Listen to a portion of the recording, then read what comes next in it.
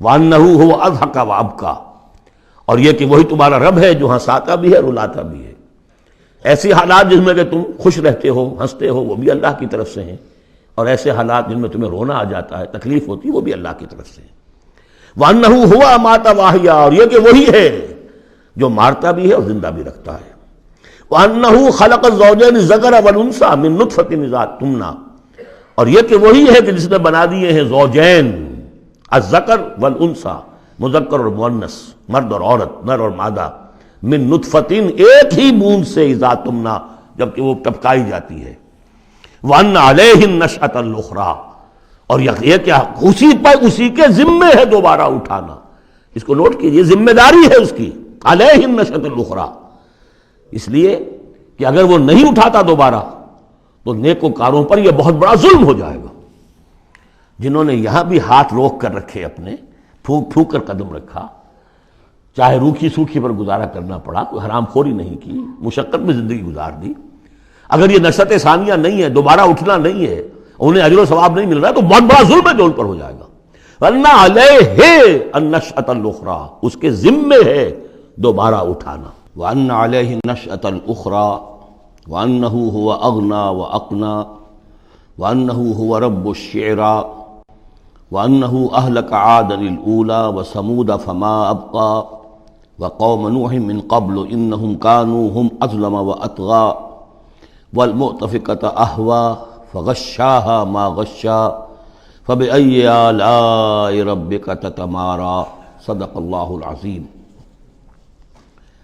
اور یہ کہ اللہ ہی کے ذمے ہے دوبارہ اٹھا دینا، اور یہ کہ اسی نے دولت دی، اسی نے خزانہ دیا، لیکن اس کے ایک معنی یہ بھی ہے کہ اسی نے، جس کو بھی فقر آتا ہے اسی کی طرف سے آتا ہے۔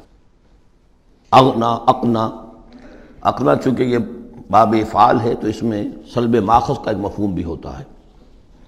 وَأَنَّهُ هُوَ رَبُّ الشِّعْرَىٰ، وہ ستارہ جس کی کہ عام طور پر پرستش کی جاتی تھی، یہ کہ اس کا رب بھی وہی ہے۔ وَأَنَّهُ أَهْلَكَ عَادًا الْأُولَىٰ، اور یہ کہ اسی نے ہلاک کیا تھا پہلے عاد کو۔ عاد وہ قوم تھی جو احقاف میں آباد تھی، جن کی طرف کہ حضرت ہود علیہ السلام مبعوث ہوئے تھے، لیکن اس کے بعد پھر جو قوم سمود وجود میں آئی، چونکہ اسی قوم عاد میں سے جو اہل ایمان تھے، اور حضرت ہود علیہ السلام انہوں نے وہاں سے ہجرت کی، اور پھر ان کی نسل سے یہ دوسری قوم جو سمود وجود میں آئی، تو اسے عاد ثانیہ بھی کہا جاتا ہے، کہ پہلے عاد وہ تھے، دوسرے یہ عاد ہیں۔ سمود کو بھی عاد ثانیہ کہا جاتا ہے چونکہ یہ انہی کی نسل تھی۔ تو انہو اہلک عاد الاولیٰ، اسی نے ہلاک کیا تھا پہلے عاد کو۔ وثمود فابقیٰ، اور عاد ثانیہ یعنی سمود کو بھی، تو پھر کسی کو باقی نہ چھوڑا۔ وقوم نوح من قبل، اور ہلاک کیا تھا اس نے نوح کی قوم کو اس سے پہلے۔ انہم کانوا ہم اظلم واطغیٰ، یقیناً وہ تو ان سے بھی بڑھ کر ظالم اور ان سے بھی بڑھ کر سرکش تھے۔ والمؤتفکۃ اہویٰ، اور وہ بستی کہ جسے اس نے پلٹ دیا تھا، الٹی ہوئی بستی کو اس نے پٹخ دیا، اس سے مراد ہے سدوم اور عمورہ کی بستیاں۔ فغشاہا ما غشا، اور پھر اس کو ڈھانپ لیا جس چیز نے کہ ڈھانپ لیا۔ جب اس کے اوپر ایک دفعہ تو وہ زلزلہ آیا اور تلپٹ کر دیا، اور پھر اس پر کنکروں کی بارش ہوئی تھی۔ فغشاہا ما غشا، تو وہ کنکروں کی بارش نے پھر ان کو ڈھانپ دیا۔ فبأي آلاء ربك تتمارى، تو تم اپنے رب کی کون کون سی قدرتوں کے بارے میں تم اسے جھٹلاؤ گے یا ان کے بارے میں شک کرو گے۔ ھذا نذیر من النذر الاولیٰ، ھذا یہ یعنی محمد صلی اللہ علیہ وسلم، یہ بھی ایک خبردار کرنے والے ہیں، جیسے کہ اور بہت سے خبردار کرنے والے پہلے آ چکے ہیں۔ من النذر الاولیٰ، پہلے کے، نذیر کی جمع نذر۔ ازفت الازفہ، آ چکی ہے قریب وہ آنے والی۔ لیس لہا من دون اللہ کاشفہ، اور نہیں ہے کوئی اس کو کھول دینے والا اللہ کے سوا۔ اس کے یہ بھی معنی ہے کہ جیسے کشتی کا لنگر کہیں ہو تو لنگر کھول کر، لنگر اٹھا کر پھر کشتی کو روانہ کیا جاتا ہے، تو ایسے ہی وہ قیامت ابھی لنگر انداز ہے، لیکن اس کو روانہ کرنا، اسے چلانا اللہ ہی کا کام ہے جب وہ چاہے گا۔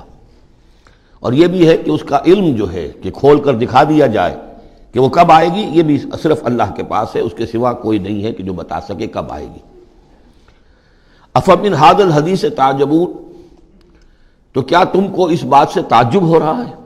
ھذا الحدیث، اس قرآن ہی کے بارے میں کہا جا رہا ہے، وَتَضْحَكُونَ وَلَا تَبْكُونَ، اور تم ہنستے ہو اور روتے نہیں ہو، وَأَنْتُمْ صَامِدُونَ، اور تم خوش فیلیاں کر رہے ہو، خوش گپیوں میں لگے ہوئے ہو، فَاسْجُدُوا لِلَّهِ وَاعْبُدُوا، بس سجدہ کرو اللہ کے لیے اور اسی کی بندگی کرو، اسی کی پرستش کرو۔